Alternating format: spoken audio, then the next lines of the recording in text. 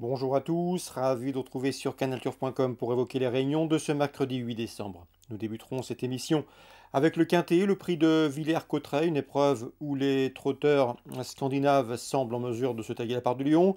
Nous parlerons également de quelques autres courses sur l'hippodrome de Paris-Vincennes avant de prendre la direction de la Réunion 3 sur l'hippodrome de Pau où j'ai quelques informations à vous transmettre, des informations recueillies auprès de divers entraîneurs. On commence par le Quintet, prix de Villers-Cotterêts. Dans cette course, j'aime beaucoup le numéro 9, Ingo. Ingo qui a couru 8 fois en France. Il y compte déjà 5 podiums, dont 2 succès. Il a gagné sur le tracé proposé, et ce, en 1,18 à l'occasion d'une prestation enregistrée le mois dernier. C'est une première chance. Le 2, Majestic Man, est un autre trotteur scandinave de premier plan. Il a déjà couru sur la grande piste de Vincennes. Sachez également qu'il avait dominé notre favori Ingo à l'occasion d'une prestation enregistrée au mois de septembre en Suède à Färjestad. Donc ce 2 Majestic Man me semble en mesure également de jouer la victoire. 9 et 2, mes deux préférés. Je le reposerai le numéro 11, Vicky Laxmi, qui est arrivé cet été dans l'écurie de Fabrice Soulois. Vicky Laxmi qui n'a jamais terminé plus loin que 4e lors de ses dernières sorties, qui a même mieux fait en prenant 5 podiums. Le cheval devrait pouvoir confirmer ici. Seul son numéro en deuxième ligne autostart peut l'empêcher d'avoir un bon parcours et de figurer sur le podium. Le 3, Vesna, est une jument italienne. Elle a couru à Cagnes l'an dernier. Elle va débuter à Vincennes, mais attention, elle a des références sur les parcours réduits et avec ce mode de départ autostart. Le numéro 12, Ivory Di Quattro, a débuté à Vincennes le 25 novembre et ce jour-là, Ivory Di Quattro s'est classé 6e, non loin de Ingo. Une place est dans ses cordes. Le numéro 15, Fine Pearl of Love, vient de se classer 2e du Quintet Prix Misard à l'occasion d'une tentative sur le tracé proposé, confirmation entendue. Le 5, Fille du Chêne, n'a pas gagné depuis le mois de juin 2020, ça commence à dater, mais elle fait preuve d'une belle régularité et vient de conclure 4e sur le tracé proposé. Attention également au numéro 1, Falcano de Well, un cheval qui certes compte 3 échecs en autant de sorties dans les quintets, mais ce cheval-là compte déjà une vingtaine de podiums en 38 tours secourus. Son numéro 1 va lui permettre de bénéficier d'un parcours caché le long du rail. Il pourrait venir causer la surprise et brouiller les cartes. Résumé chiffré, 9, 2, 11, 3, 12, 15, 5 et le 1 pour terminer. Dans la troisième, j'aime beaucoup le 313. Et KM7, un cheval qui avait débuté victorieusement au premier semestre à Vichy, qui depuis s'est classé 2e pour sa rentrée à Cordemais. Il débute à Vincennes avec des ambitions. On peut lui poser le 14, le 314, Imhotep du Goutier, un débutant ambitieux, autre montée.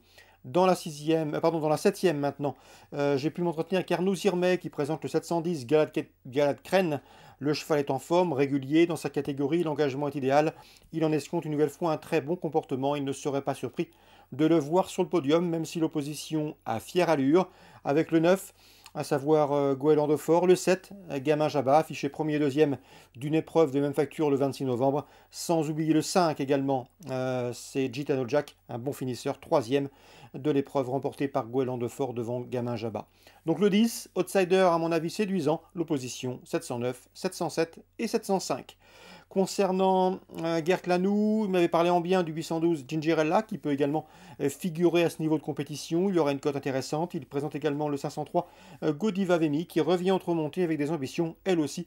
On peut venir corser les rapports, donc attention à Gert Lanou pour des spéculations. Concernant Pau en Réunion 3, dans la deuxième, le 201 et le 202 doivent pouvoir jouer la victoire, à savoir Takir et Stalan, qui ont débuté deuxième et troisième à l'occasion d'une prestation toulousaine le 16 novembre. Ici, ils doivent pouvoir confirmer, pourquoi pas former le couplet gagnant. Dans la quatrième, le 401 Hadjad Hatba, présenté d'Iggy Guilmin, est un cheval en progrès, 5e, 3e, et à mon avis ici, il peut ouvrir son palmarès, le 401. J'ai pu m'entretenir également avec Tanguy Boivin, qui présente lui le 509 Magic Brass Eagle, qui est en forme et qui d'après lui peut parfaitement figurer sur le podium. Il y a toutefois un doute sur le terrain lourd, mais de par sa condition physique, Tanguy Boivin en escompte un très bon comportement, lui qui figurera le déplacement de Sartre jusqu'à l'hippodrome palois. Dans cette épreuve, on peut lui opposer le 3, Grand de Texte, qui revient sur le steep avec une première chance théorique, et le numéro 6 également, c'est Ange de Juillet. Patrice Quinton m'en a parlé en bien, un Patrice Quinton qui nous a régalé le week-end dernier avec plusieurs bonnes informations Je pense notamment à Funky du Bestival, deuxième à 15 contre 1. Mais également le trio, il était confiant dans le cross-country. Ces trois chevaux ont formé le trio gagnant. Et Saint-Godefroy, qui faisait sa rentrée, annoncé déjà prêt, a gagné plaisamment. Donc pour cette cinquième, je vous recommande dans l'ordre du programme 503, 506 et 509. Concernant la septième, attention à chez Pedro, le 703. Le cheval est confirmé en cross, c'est un bon cheval. Il est prêt à fournir une bonne prestation aussi. Là aussi, c'est l'entraînement de Patrice Quinton. Donc le 703 chez Pedro à suivre à Pau en Réunion 3. Très bon jeu à tous, rendez-vous demain pour une nouvelle émission.